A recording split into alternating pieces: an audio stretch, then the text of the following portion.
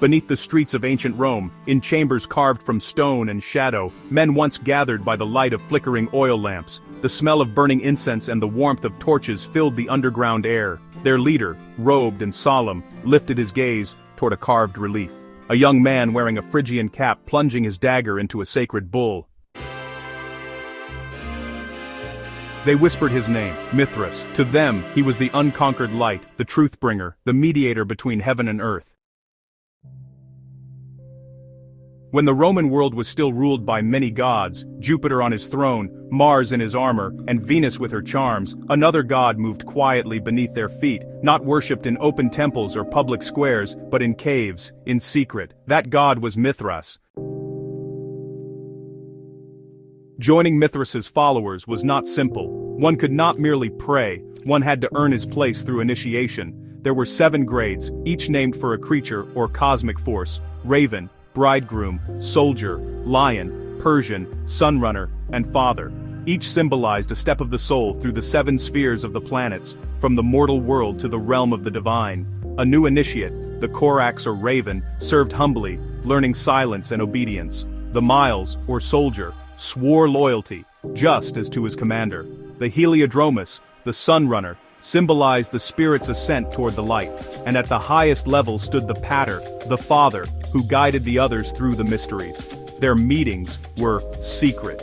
They shared ritual meals of bread and wine, recalling the divine feast between Mithras and the sun after the bull's sacrifice. In the dim torchlight, they believed they joined that meal.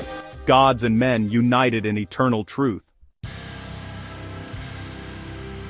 As centuries passed, the cult spread like a hidden fire. Temples of Mithras appeared in Britain, Germany, Italy, Syria, and even on the edges of the desert sands. Everywhere the Roman legions marched, the cave god followed. But another faith was rising, one that also spoke of light and salvation, of brotherhood and rebirth. Christianity spread above ground as Mithraism continued its rites below. Both religions called their followers to truth. Both offered eternal life.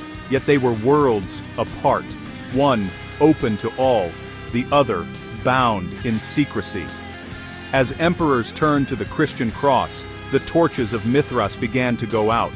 By the 4th century, the caves were sealed, the altars buried, and the images of Mithras defaced by zealots of the new faith.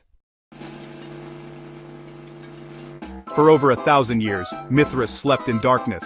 Then, in the 19th century, a farmer in Italy stumbled upon a strange underground chamber filled with statues of men and bulls. Archaeologists began to uncover hundreds of Mithraea, each almost identical. Narrow, cave-like, with benches for a sacred meal, and the ever-present tauroctony at the end. From the ruins, a picture emerged. A secret brotherhood that spanned an empire, united not by blood or language, but by a shared mystery. The belief that truth, like the sun, always rises from darkness.